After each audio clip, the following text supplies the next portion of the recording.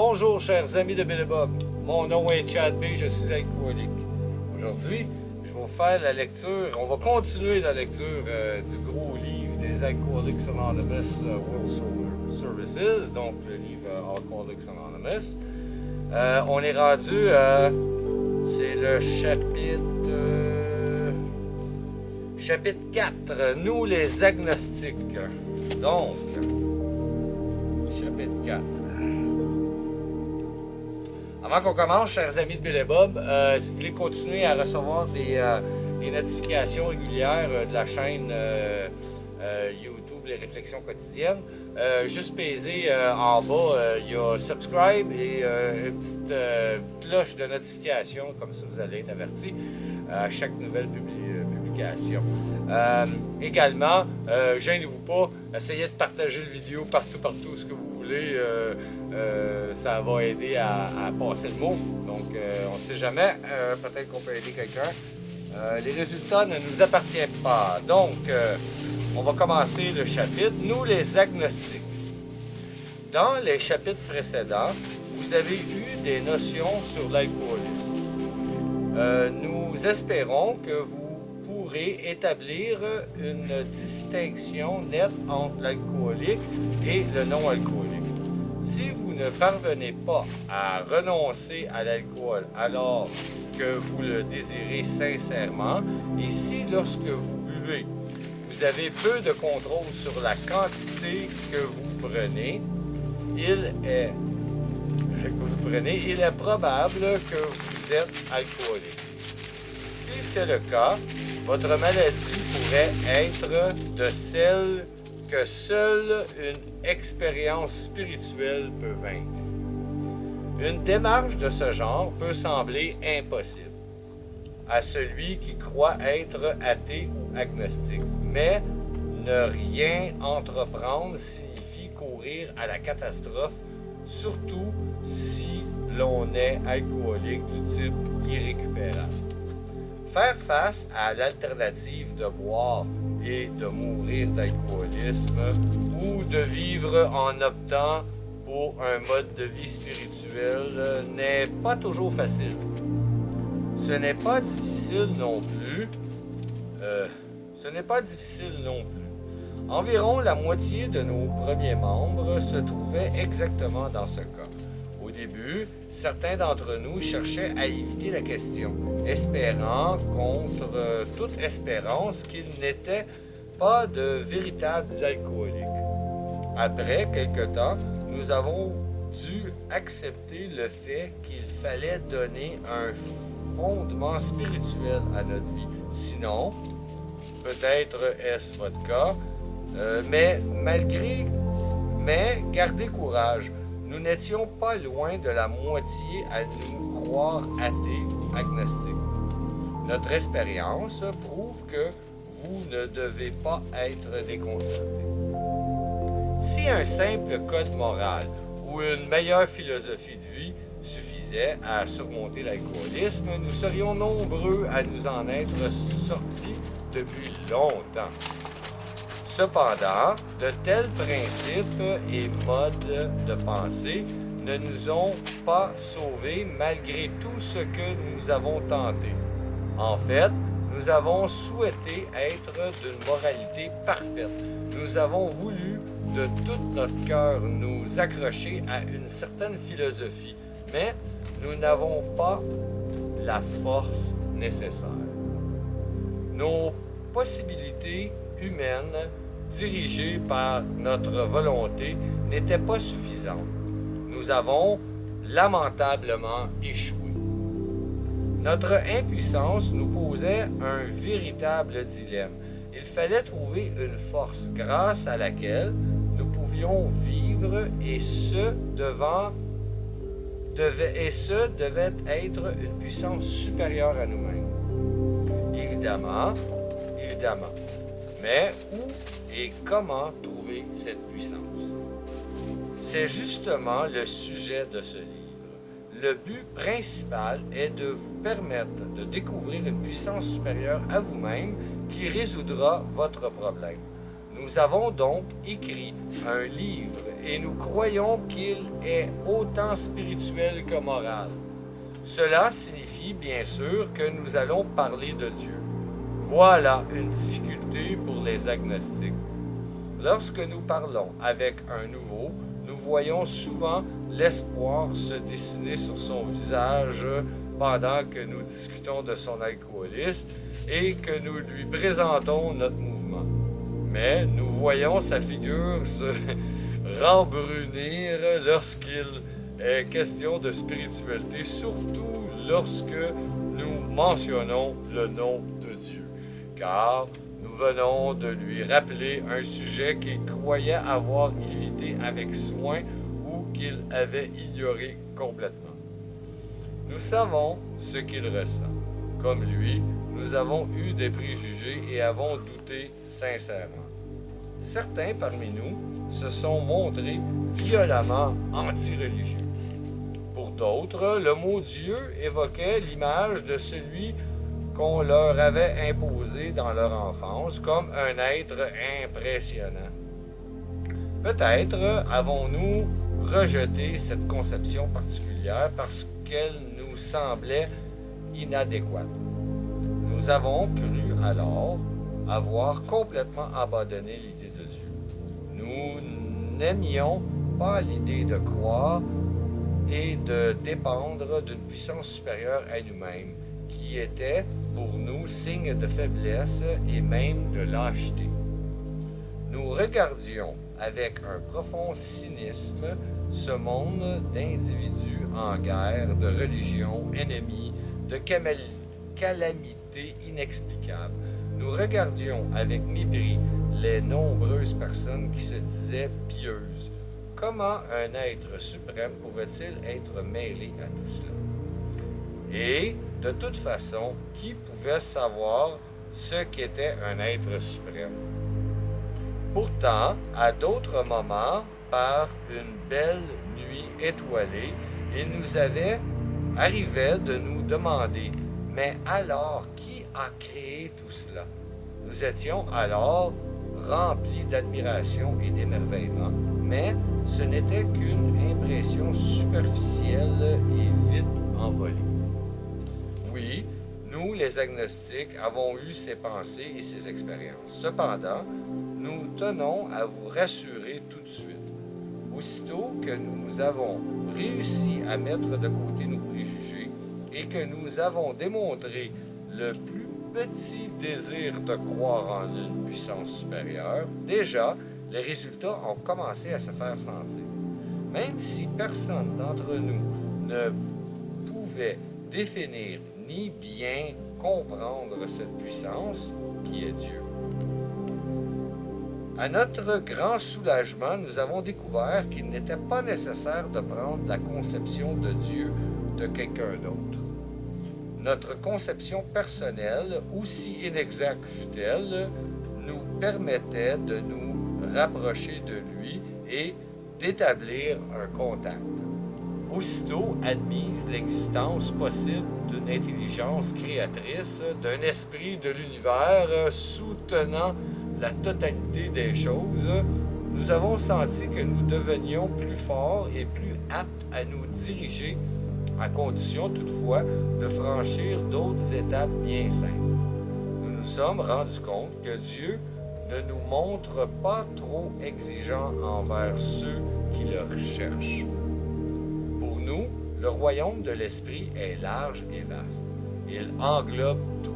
Jamais il n'exclut, jamais il ne se ferme à ceux qui le cherchent avec ardeur.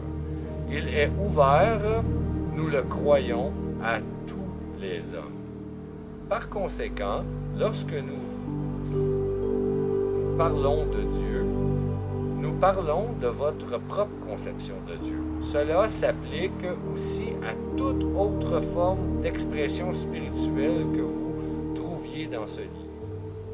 Ne laissez aucun de vos préjugés contre les termes spirituels vous empêcher de vous demander honnêtement ce qu'ils peuvent signifier pour vous. Au début, cette attitude nous a suffi pour commencer à grandir spirituellement. et à établir nos premières relations conscientes avec Dieu telles que nous le concevions. Ensuite, nous en sommes venus à accepter beaucoup de choses qui nous avaient semblé complètement impensables.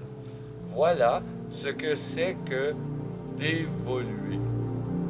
Mais pour progresser, nous devons commencer quelque part. Ainsi, nous avons commencé avec notre propre conception, si imparfaite fut-elle. Nous n'avons qu'une petite question à nous poser. Est-ce que je crois ou veux croire en l'existence d'une puissance supérieure à moi-même? Aussitôt qu'un homme peut affirmer qu'il croit, qu'il veut bien essayer de croire, pour nous, il se trouve inconstablement sur la bonne voie. La preuve a souvent été faite parmi nous que sur cette pierre angulaire, bien simple, une structure spirituelle merveilleusement solide peut être érigée. Voilà qui était une bonne nouvelle pour nous, qui avions tenu pour acquis l'impossibilité d'appliquer des principes spirituels sans accepter bien des choses qui nous semblaient difficiles à croire. Lorsqu'on nous avait proposé des approches spirituelles, combien de fois n'avions-nous pas dit « J'aimerais bien avoir la foi de cet homme. Je suis certain que je réussirais si seulement je pouvais croire comme lui.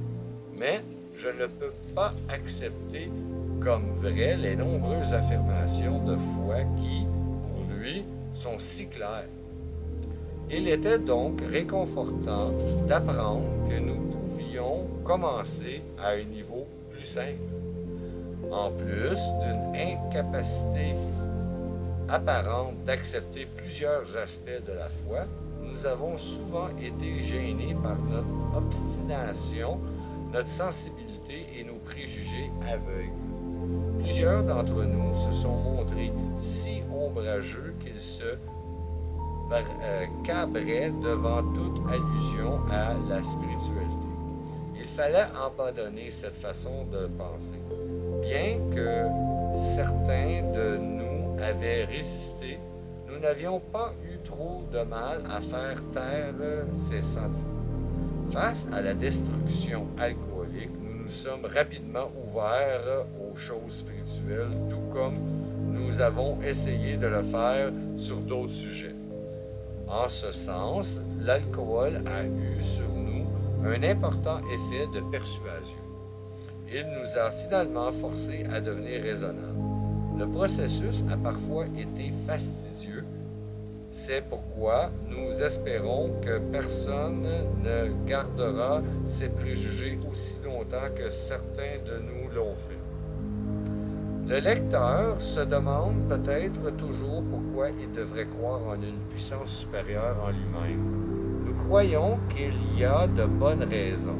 Examinons-en quelques-unes. L'homme pratique aujourd'hui exige des faits et des résultats. Le 20e siècle est largement ouvert à toutes sortes de théories, mais celles-ci doivent être fondées sur des faits concrets. Par exemple, nombreuses sont les théories sur l'électricité. Tout le monde les accepte sans le moindre doute, sans contester. Pourquoi? Simplement parce qu'il est impossible d'expliquer ce que l'on ne voit pas, ressent, maîtrise, utilise sans tenir au départ certains faits pour acquis. De nos jours, tout le monde croit en une foule de choses considérées comme évidentes, mais pour lesquelles il n'existe aucune preuve tangible irrévocable. La science ne nous démontre-t-elle pas qu'il n'est pas de preuve moins solide que de ce que nous appelons justement une preuve tangible? Dans l'étude de l'homme fait du monde matériel, il est sans cesse démontré que les apparences ne correspondent pas du tout à la réalité intrinsèque. En voici une illustration. toute poutre d'acier consiste en une masse d'électrons, gravitant autour du noyau à une vitesse inimaginable. Ces corpuscules sont régis par des lois précises, qui sont les mêmes pour tout l'univers de la matière. Voilà ce que la science nous enseigne. Nous n'avons aucune raison d'en douter.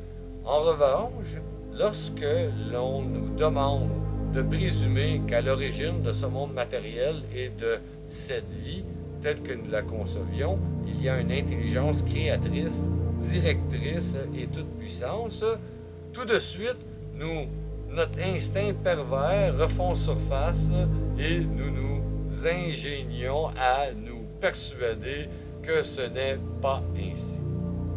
Nous lisons des livres savants et nous nous livrons à des discussions oiseuses pour nous convaincre que l'univers peut s'expliquer sans l'existence de Dieu. Si nos suppositions s'avèrent fondées, la vie n'aurait donc pas d'origine. Elle ne signifierait rien et ne mènera nulle part. Au lieu de connaître que nous sommes seulement les agents intelligents et fers de lance de l'univers, toujours en évolution et créés par Dieu, nous, agnostiques et athées, avons choisi de croire que l'intelligence humaine était la première et était le premier et le dernier mot, l'alpha et l'oméga, le début et la fin de tout. C'était un peu prétentieux, n'est-ce pas? Nous qui avons pris cette voie discutable, nous vous demandons de mettre de côté vos préjugés, même ceux contre les organisations religieuses. Nous avons appris que malgré leur faiblesse, les diverses religions ont servi de guide et ont fixé un but à des millions de personnes. Les gens de foi trouvent une raison logique à l'existence. Quant à nous, nous n'avions absolument aucune conception raisonnable. Nous prenions plaisir à mettre en place les croyances et les pratiques spirituelles alors que nous aurions pu voir que des personnes spirituelles de toute race, couleur et confession démontraient un degré de stabilité, de bonheur et de dévouement que nous aurions pu chercher à imiter. Nous préférions nous intéresser aux faiblesses de ces personnes et parfois nous nous appuyons sur leurs défauts pour les condamner en bloc. Nous dénoncions l'intolérance tout en étant nous-mêmes intolérants. Nous laissions quelques arbres tordus nous masquer la forêt et sa beauté. Jamais nous n'avions regardé honnêtement l'aspect spirituel de la vie. Dans nos témoignages individuels, vous trouverez beaucoup de façons d'aborder et de concevoir une puissance supérieure à soi-même. L'approche ou la conception à laquelle nous donnions notre adhésion importe peu. L'expérience nous a enseigné que ce sont des questions qui ne devraient pas nous inquiéter dans l'optique qui nous intéresse. Il revient à chacun de régler ces questions lui-même. Cependant, il est un point sur lequel ces hommes et ces femmes s'accrochent de façon remarquable. Tous ont développé une foi en une puissance supérieure à eux-mêmes et depuis croient en elle. Dans tous les cas, cette puissance a accompli le miracle, humainement impossible. Comme le disait un célèbre homme d'État américain, regardons le dossier. Des milliers d'hommes et de femmes en chair et en os affirment catégoriquement qu'après en être venus à croire en une puissance supérieure à eux-mêmes, avoir adopté une certaine attitude envers cette puissance et avoir accepté de se prêter à certaines choses simples, ils ont vu un changement spectaculaire s'opérer dans leur façon de vivre et de penser. Au bord du désespoir, de l'effondrement et de la faillite totale de leurs ressources humaines, ces gens se sont sentis envahis par un nouveau sentiment de force, de paix, de bonheur et de discernement. Ce changement s'est produit peu de temps après qu'ils ont eu rempli certaines exigences de bon cœur. Confus et déconcertés qu'ils étaient devant la futilité apparente de l'existence, ils ont vu les raisons profondes de leur difficulté de vivre. Mettant de côté la question de l'alcool, ils expliquent pourquoi leur vie était si insatisfaisante. Excusez. Ils nous montrent comment le changement s'est produit en eux.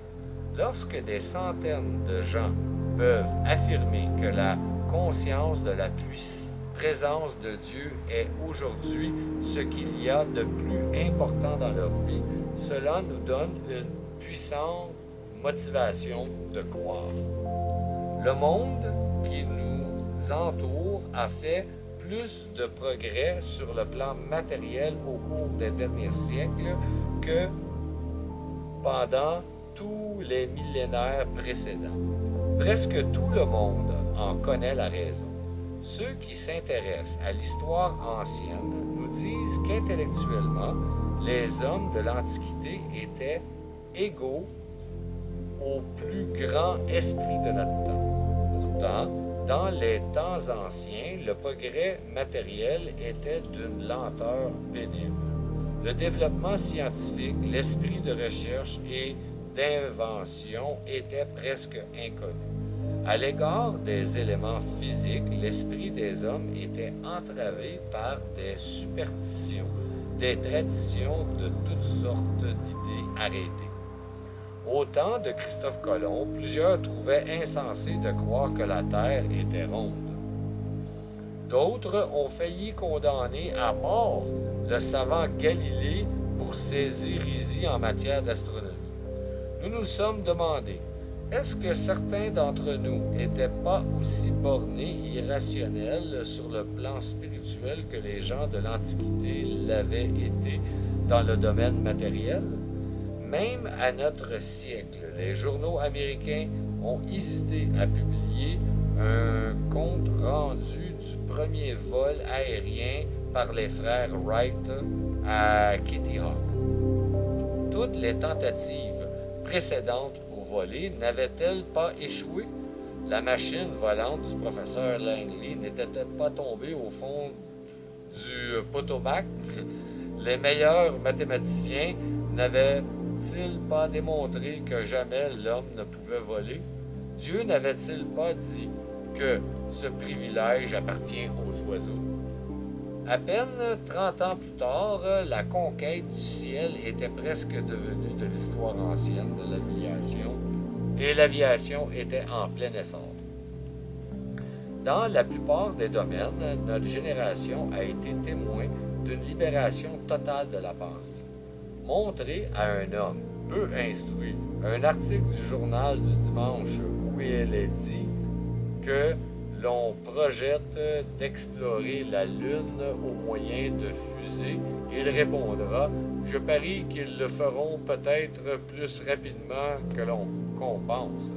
Notre époque n'est-elle pas caractérisée par la facilité avec laquelle nous remplaçons les idées anciennes par de nouvelles, par notre empressement à rejeter la théorie ou la chose qui ne fonctionne pas au profit de quelque chose de nouveau qui marche? Nous avons dû nous demander pourquoi nous n'adopterions pas ce même empressement à changer notre point de vue face à nos problèmes humains. Nous avions des difficultés dans nos relations personnelles. Nous ne pouvions pas contrôler nos émotions. Nous étions en proie à la tristesse morbide et à la dépression. Nous étions incapables de gagner notre vie. Nous ne trouvions aucun but à l'existence. Nous étions habités par la crainte. Nous étions malheureux. Nous ne croyions pas pouvoir faire quoi que ce soit pour les autres. Alors, n'était-il pas plus important de trouver un remède à long terme à nos frustrations que de regarder les documentaires sur les vols vers la Lune? Évidemment. Lorsque nous en avons vu d'autres résoudre leurs problèmes simplement par leur confiance en l'esprit de l'univers, nous n'avons pas pu faire autrement que de ne plus douter de la puissance de Dieu. Nos idées ne menaient à rien. L'idée de Dieu fonctionnait. C'est leur foi ingénue qui amena les frères Wright à croire qu'ils pourraient construire une machine volante. Et ils réussirent. Sans cette confiance, ils n'auraient rien accompli. Nous, agnostiques et athées, demeurions convaincus que l'autosuffisance réglerait nos problèmes, lorsque d'autres nous ont montré qu'ils s'en étaient sortis par la puissance de Dieu. Nous avons commencé à nous sentir comme ceux qui avaient prétendu que les frères Wright ne pourraient jamais voler. La logique est une grande chose. Elle nous plaisait et nous plaît encore. Ce n'est pas un hasard si nous avons reçu la faculté de raisonner, de remettre en question les messages de nos sens et de tirer des conclusions. C'est là un merveilleux attribut de l'homme. Nous, qui sommes enclins à l'agnosticisme, nous ne serions pas satisfaits d'une proportion qui ne se prête pas à une étude et à une interprétation rationnelle. C'est pourquoi nous éprouvons de la difficulté à expliquer pourquoi notre foi est rationnelle. Pourquoi nous trouvons plus sain et plus logique de croire que de ne pas croire? Et pourquoi nous disions que notre ancienne façon de penser était vague et sans circonstance, puisqu'elle nous menait au doute et nous forçait à conclure nous ne savons pas. Lorsque nous sommes devenus alcooliques, brisés par un malheur auto-imposé, impossible à retarder ou à éviter, nous avons dû courageusement faire face à un choix où Dieu est toute chose, où il n'est rien, où Dieu existe, où il n'existe pas. Quel serait ce choix? À ce stade de notre démarche, nous étions carrément en face de la question de la foi. Nous ne pouvions pas la contourner. Certains parmi nous étaient déjà bien engagés sur le pont de la raison vers les rives souhaitées de la foi. La connaissance et la promesse d'un monde nouveau avaient fait briller leurs yeux fatigués et redonné courage à leur cœur languissant. Des mains amies s'étaient tendues. Nous étions reconnaissants à la raison de nous avoir conduits jusque-là. Et pourtant, nous n'étions pas complètement arrivés. Sans doute, nous étions-nous trop fiés à notre raison pour cette dernière étape, et l'idée de perdre cet appui nous déplaisait. Cette réaction était naturelle. Nous examinions la question de plus près, sans que nous le sachions. N'était-ce pas une sorte de foi qui nous avait conduits là où nous étions? N'avions-nous pas eu foi en notre propre raisonnement? N'avions-nous pas eu confiance à notre faculté de penser? Qu'était cela sinon une certaine foi? Oui, nous avions cru, aveuglément cru au Dieu de la raison. Nous avions donc découvert que, d'une façon ou d'une autre, nous avions toujours été animés par la foi. Nous avons également découvert que nous avions été des adorateurs. Combien cet état mental nous donnait la chair de poule? N'avions-nous pas de diverses façons d'adorer des personnes, des objets, l'argent ou nous-mêmes? Et puis, avec un motif plus noble, n'avions-nous pas admiré avec adoration un coucher de soleil, la mer ou une fleur, lesquels parmi nous n'avions pas aimé quelque chose ou quelqu'un? Quel rapport ces sentiments, ces amours, ces vénérations étaient-ils pas la raison pure? Aucun, ou bien peu, nous n'en prenions finalement conscience. Ces attitudes ne constituaient-elles pas une trame de nos vies? Étaient, après tout, ces sentiments ne déterminaient-ils pas le cours de notre existence? Nous ne pouvions pas dire que nous n'étions pas capables de croire, d'aimer, d'adorer. Sous une forme ou une autre, nous avions vécu par la foi presque uniquement. Imaginez la vie sans la foi. Si seule la raison nous avait laissé, la vie ne serait pas ce qu'elle est. D'ailleurs, nous croyons en la vie.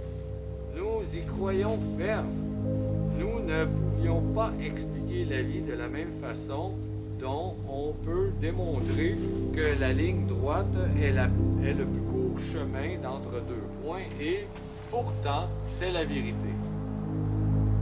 Pouvions-nous encore dire que tout cela n'était qu'une masse d'électrons issus du néant, n'ayant aucune signification, tourbillonnant sans fin vers le néant? Bien sûr que non. Les électrons eux-mêmes semblaient plus intelligents que cela. Du moins, c'est ce que disent les chimistes. Nous avons donc vu que la raison n'était pas tout. Telle que nous l'utilisions, elle n'est pas non plus entièrement fiable.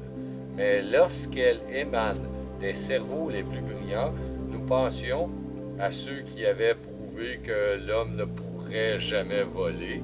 Pourtant, nous avons assisté à un autre genre de décollage, celui de la libération spirituelle, de ce monde de personnes qui se sont élevées au-dessus de leurs problèmes. C'était grâce à Dieu, disait-il. Et nous nous sommes alors contentés de sourire. Nous avions été témoins d'une délivrance spirituelle, mais nous préférions ne pas l'admettre. En fait, nous nous leurrions, car au plus profond de chaque être humain, homme, femme ou enfant, repose l'idée fondamentale de Dieu. Elle peut être masquée par le malheur, la vanité, le culte d'autres valeurs, mais elle est là, sous une forme ou sous une autre. La foi en une puissance supérieure à nous-mêmes et les manifestations miraculeuses de cette force dans la vie d'être humain sont des faits aussi anciens que l'homme lui-même. Finalement, nous avons découvert que la foi en Dieu, peu importe ce Dieu, faisait partie de notre nature, comme les sentiments que nous éprouvions pour un ami. Parfois, nous avons dû chercher en faisant taire nos craintes, mais il était là. Son existence, il était aussi réel que la nôtre. Nous avons découvert la grande réalité tout au fond de nous. En dernière analyse, c'est seulement là qu'on peut le trouver. Ce fut notre expérience. Nous ne pouvons que dégager un peu la route. Si notre témoignage vous aide à vous débarrasser de vos préjugés, vous rend capable de réfléchir honnêtement, vous encourage à chercher vaillamment en vous, alors, si vous voulez, vous pouvez vous joindre à nous sur la grande route. Si vous êtes ainsi disposé, vous ne pouvez pas échouer. Vous prendrez nécessairement confiance en votre foi. Vous trouverez dans ce livre l'histoire d'un homme qui se croyait athée. Son témoignage est tellement intéressant que nous devions en rapporter une partie dès maintenant. Sa métamorphose intérieure fut spectaculaire, émouvante et convaincante. Notre ami était fils d'un pasteur. Il fréquentait l'école religieuse et il a fini par se révolter contre ce qu'il considérait être un excès d'enseignement religieux. Dans les années qui ont suivi, les ennuis et les frustrations se sont acharnés contre lui. Faillite financière, folie, maladie mortelle, suicide, tous les malheurs dont la famille immédiate a été frappée l'ont laissé déprimé et amer. Les désillusions de l'après-guerre, l'aggravation de son alcoolisme et la menace de la ruine mentale et physique ont amené cet homme vers l'autodestruction. Un soir, confié à l'hôpital, il a reçu la visite d'un alcoolique qui avait vécu une expérience spirituelle. Dans un haut-le-cœur, il s'est écrié « S'il y a un Dieu, il est certain qu'il n'a rien à faire pour moi. » Plus tard, seul dans sa chambre, il s'est demandé « Les croyants peuvent-ils tous être dans l'erreur? » Cette question lui faisait vivre des tortures de l'enfer. Puis, subitement, une pensée formidable lui a traversé l'esprit, comme un éclair chassant tout le reste. Qui es-tu pour affirmer que Dieu n'existe pas? Cet homme nous a raconté qu'il était tombé à genoux à côté de son lit. En quelques secondes, il a été envahi par la conviction que Dieu était présent. Il a ressenti comme une vague de certitude et de majesté déferler en lui et le submerger. Les barrières qu'il avait érigées pendant des années s'abattaient. Il se trouvait en présence de la puissance et de l'amour infini.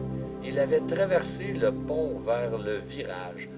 Pour la première fois, il avait conscience de la présence de son Créateur à ses côtés. Ainsi fut mise en place la pierre angulaire de la vie de notre ami. Aucune vicissitude ne l'a ébranlé.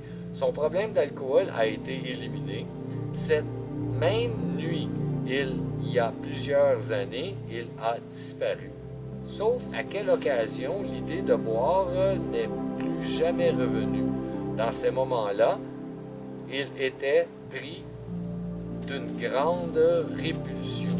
Apparemment, même s'il avait voulu, il n'aurait pas pu boire. Dieu lui avait rendu la raison. N'est-ce pas là la guérison miraculeuse? Pourtant, les événements en sont simples. Les circonstances l'ont amené à croire. Il s'est offert humblement à l'auteur de ses jours, puis il a su.